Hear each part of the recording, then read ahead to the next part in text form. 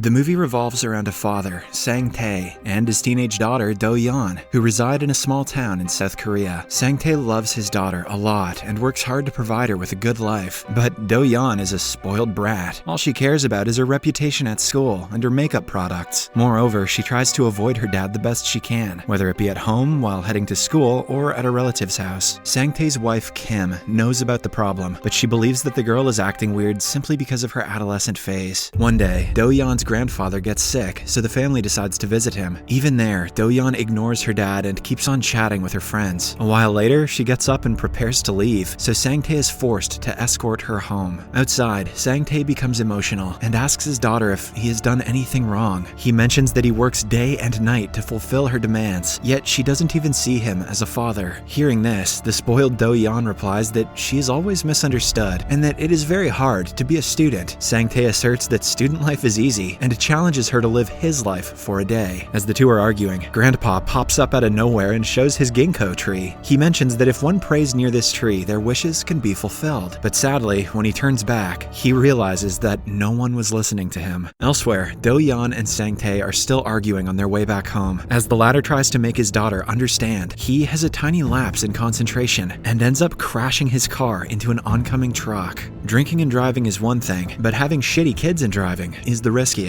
When the two wake up at the hospital, they are shocked to find out that their bodies have been switched. It appears as if the magical ginkgo tree switched their positions, something which they were arguing about. Wasting no time, they head to an isolated section of the hospital and try to make sense of the situation. Sang-tae, in his daughter's body, assumes that God has punished them for being reckless, but Do-yeon, in her dad's body, asserts that there has to be a logical explanation behind it. Just then, Sang-tae remembers his doctor friend, Lee, and decides to pay him a visit. The two then escape the hospital and get inside a cab. On the way, Do-yeon calls Sang-tae dad and also keeps acting like a girl. As expected, this confuses the cab driver, and he assumes that the two are mental patients. In the next scene, Do-yeon and Sang-tae arrive at Lee's office, and the latter, who is in his daughter's body, starts pleading for help. "Please, doctor, tell my daughter to give me my penis back." To prove that he is actually Sang-tae, he also reveals some of Lee's darkest secrets. However, instead of believing them, Lee becomes enraged and scolds Sang-tae for divulging their secrets. And, before the father and daughter can say anything, he forces them out of his office. Shortly after, the two reach a pharmacy and again cause a scene there. As a result, they decide to keep their switch a secret from everyone, including their mother. Later, during dinner, Kim serves delicious beef to her family, but Sang-tae can't have it as his daughter is on a diet. On the other hand, Do-yeon, who has never tried alcohol, is forced to drink some when her mother starts suspecting the two. Things go from bad to worse for Do-yeon when her own mother tries to have intercourse with her at night. Fortunately, Kim is so drunk that she falls asleep before any damage is done. This movie is like if Doctor Strange had an Oedipus complex. The next morning, the two get up early and start researching on how to get their bodies back, but sadly, there is no information about it anywhere. After a while, they meet in the basement and blame each other for their woes. Just then, Sang-tae remembers that their creepy old grandpa knows a great deal of stuff about the supernatural. He immediately calls him, and the old man reveals that the switch has been made possible because of the ginkgo tree. He also mentions that although the switch only lasts for a week, Sang-tae and Do-yeon have to be careful, as if they fight again, there will be dire consequences. With this information, the two become relieved, but they still have to go through the entire week, which is extremely important for them. Sang-tae has an important presentation coming up at his workplace, while Do-yeon has been selected for a once-in-a-lifetime audition at a musical club. The audition is extra special because it is taken by none other than her crush, G.O. Hence, they mutually decide to continue each other's lives by learning their respective habits and way of living. "Dad, if you don't kiss that dude, you're gonna ruin my life." Shortly after, Sang-tae and Do-yeon get ready and head to the school and office respectively. On the way, they teach each other how to behave and even replace their phones to look more authentic. When Do-yeon reaches her dad's office, she finds out that he is really unpopular. He works for a cosmetics company and manages a small deadbeat team, which is known as Team Powder, which is apparently about to be laid off due to lack of sales. Among his team are the assistant manager, Jang Won, an irritating but responsible employee, and sales executive Na, a beautiful woman who looks more like a model than a sales girl. A while later, Team Powder has a small discussion where Jang Won tries to explain a presentation, but Do-yeon is busy chatting with her friends. This angers the team as they have an important meeting with a VIP investor, Kwon, that evening. On the other hand, Sang-tae reaches his daughter's school and sits beside the most obedient student in class, Kyung-mi. This confuses everyone, as Do-yeon is notorious for being arrogant and rude to the obedient students. Later, he heads to the auditorium, where the audition to the musical club is taking place. Sang-tae notices his daughter's crush, Ji-oh, and immediately grows a dislike for him. However, when he is called upon the stage to sing, he remembers his teenage years and gets into the groove. Sang-tae, in his daughter's body, grabs a guitar and starts performing a funky song, which impresses all the judges, including Ji-oh. Meanwhile, Team Powder is having dinner with Kwon, and all the members are trying their best to suck up to him so that he will agree to the deal. However, Do-yeon is uninterested in her father's affairs and keeps on using her phone. Witnessing this, a drunk Kwon mentions that he will sign the contract, but only if Sang-tae, i.e. Do-yeon, sings karaoke and scores above 96. Normally, Do-yeon doesn't care about helping others, but since a teen like her is big into karaoke, she immediately agrees. She then goes on the stage and performs a dazzling show, which gets her a near-perfect score of 97. This delights the group, and the contract is secured. At night, the father-daughter duo catches up and briefs each other about their first day. Sang-tae becomes angry when he learns that his daughter danced in front of his team. However, he can do nothing more than smile at her, as quarreling will cause dire implications for them.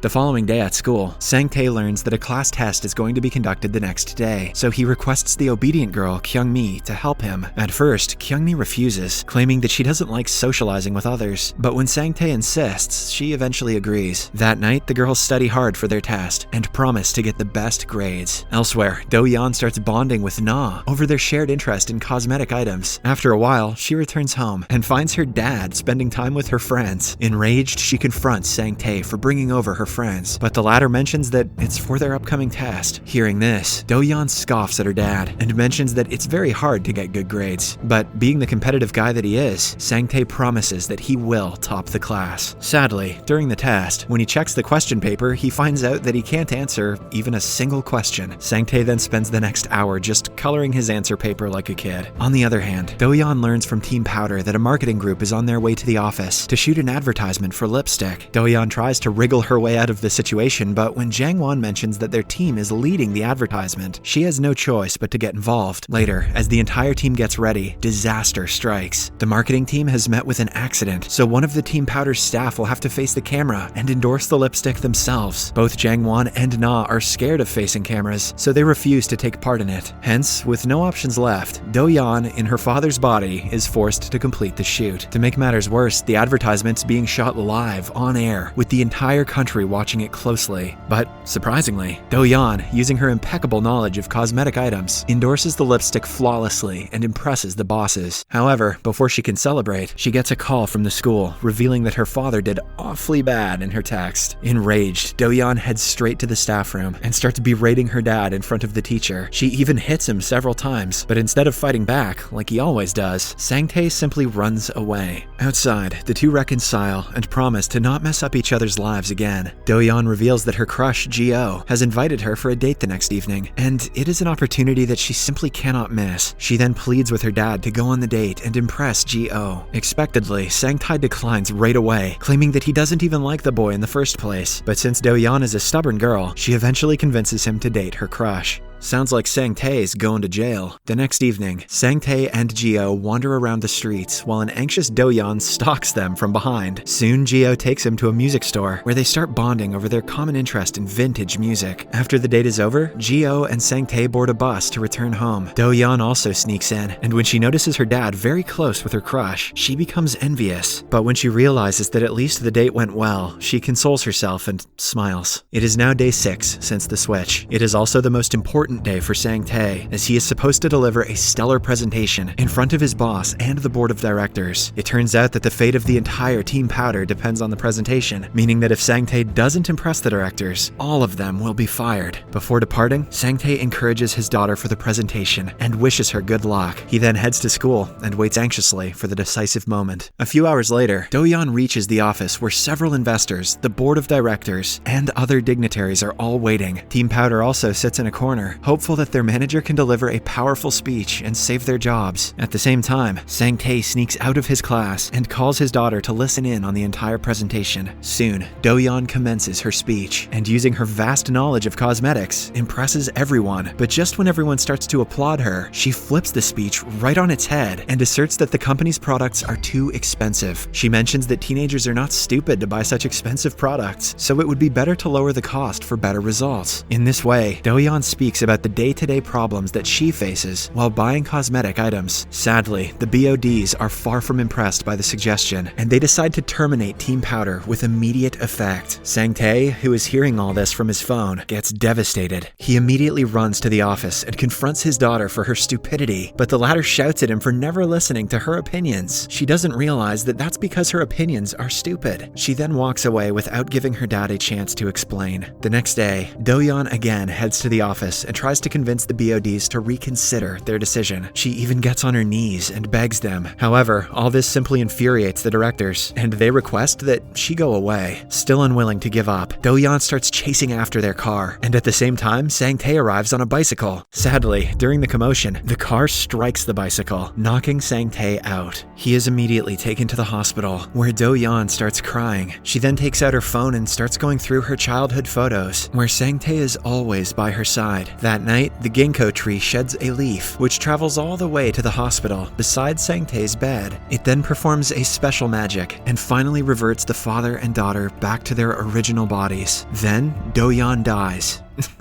I'm just kidding. The next morning, when Sang-tae and Do-yeon wake up, they are ecstatic to have their bodies back. They then hug each other tightly before venturing out of the hospital. In the final scene, Sang-tae gets a call from Jang Won, informing him that the board of directors have reconsidered their decision and reinstated Team Powder. Their salaries have also been increased for their controversial but bold suggestions. The movie ends as Do-yeon and Sang-tae take a selfie together, indicating that their bond is stronger than ever. The moral of the story is if you want your daughter to like you, just fake your death. Subscribe for more videos like this, turn on notifications, and leave a like to help the channel out. Thank you for watching.